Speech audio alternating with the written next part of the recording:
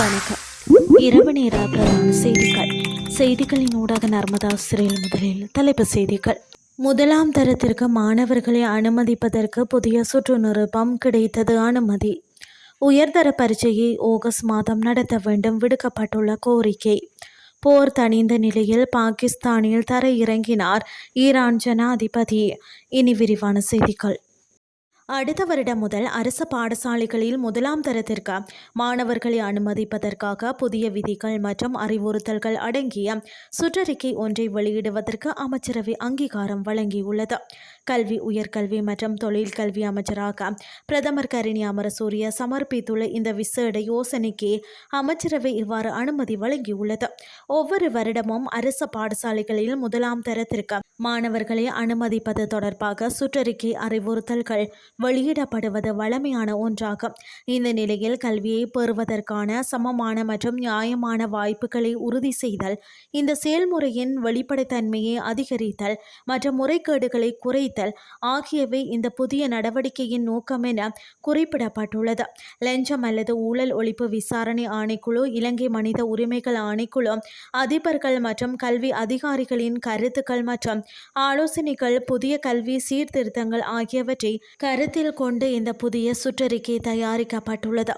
இதற்கமைய 2027 ஆண்டு முதல் நடைமுறைக்கு வரும் வகையில் முதலாம் தரத்திற்கு மாணவர்களை அனுமதிப்பதற்கான புதிய சுற்று நிருபம் வெளியிடப்படவுள்ளமை குறிப்பிடத்தக்கது. 2026 ஆண்டுக்கான உயர்தர பரீட்சையை திட்டமிட்டபடி எதிர்வரும் ஆகஸ்ட் மாதம் நடத்த வேண்டும் என இலங்கை ஆசிரியர் சங்கத்தின் பொதுச் செயலாளர் ஜோசப் ஸ்டாலின் தெரிவித்துள்ளார். தனியார் கல்வி நிலைய மாபியாக்களின் சுய நோக்கத்திற்காக பரீட்சைகளை பிற்போடக்கூடாது என அவர் மேலும் சுட்டிக்காட்டினார். இந்த ஆண்டுக்கான உயர்தர பரீட்சையை எதிர்வரும் ஆகஸ்ட் மாதம் நடத்த கல்வி அமைச்சு தீர்மானித்துள்ள நிலையில் பரீட்சையை பிற்போடுமாறு முன்வைக்கப்படும் விடயம் குறித்து வினாவிய போதே அவர் இவ்வாறு குறிப்பிட்டார். இது குறித்து அவர் மேலும் தெரிவிக்கையில், கொரோனா பெருந்தொற்று தாக்கத்தை தொடர்ந்து தேசிய பரீட்சைகள் பிற்போடப்பட்டன. ஏனைய நாடுகளில் கொரோனா தொற்றை காரணம் காட்டி பரீட்சைகள் பிற்போடப்படவில்லை. தேசிய பரீட்சைகள் உரிய காலப்பகுதிக்குள் நடத்தாத காரணத்தால் மாணவர்கள் தான் பாதிக்கப்பட்டுள்ளார்கள். ஆகவே பரீட்சைகளை உரிய காலத்தில் நடத்த வேண்டும் என்றும் வலியுறுத்துகிறோம். 2026 ஆண்டுக்கான உயர்தர பரீட்சையை எதிர்வரும் ஆகஸ்ட் மாதம் நடத்த கல்வி அமைச்சு தீர்மானித்துள்ளது. பரீட்சையை பிற்போடுமாறு உதய கம்மன்பில போன்றவர்கள் குறிப்பிடுவதை கவனத்தில் கொள்ளக்கூடாது. தனியார் கல்வி நிலைய மாபியாக்களின் சுய நோக்கத்திற்காக பரீட்சைகளை பிற்போடக்கூடாது. உயர்தர பரீட்சையை திட்டமிட்டபடி எதிர்வரும் ஆகஸ்ட் மாதம் நடத்த வேண்டும் என தெரிவித்தார். இனி வெளிநாட்டு செய்திகள்.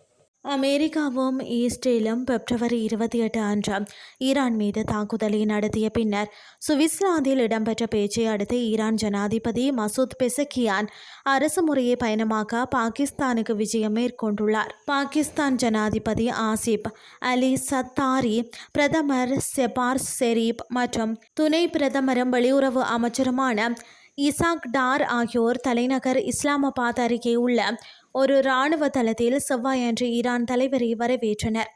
அமைச்சர்கள் மற்றும் மூத்த அதிகாரிகள் அடங்கிய உயர்மட்ட குழுவுடன் வந்துள்ள பெசஸ்கியன் தனது ஒருநாள் பயணத்தின் போது பாகிஸ்தான் பிரதமர் ஷெரீப்புடன் பேச்சுவார்த்தை நடத்துவார். மேலும் ஜனாதிபதி சர்தாரியையும் சந்திப்பார் என எதிர்பார்க்கப்படுகிறது.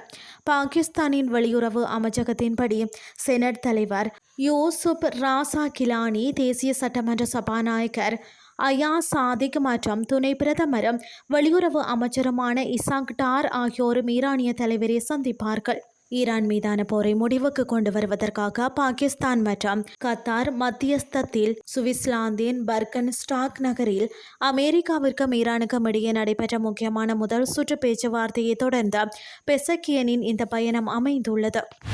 செய்திகள் யாவும் நிறைவடைகின்றது.